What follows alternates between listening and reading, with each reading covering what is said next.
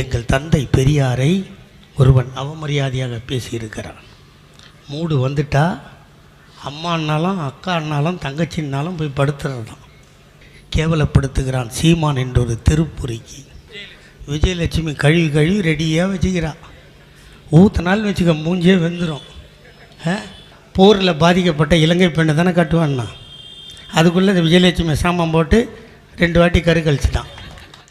ஏங்க நான் வேறு எதையோ சொல்கிறேன், நீங்கள் வேறு உடனே ஒருத்தர் பார்த்துக்கிட்டு நீங்கள் தான் என்னை வம்பு இழுத்து விட்றவனுங்களே.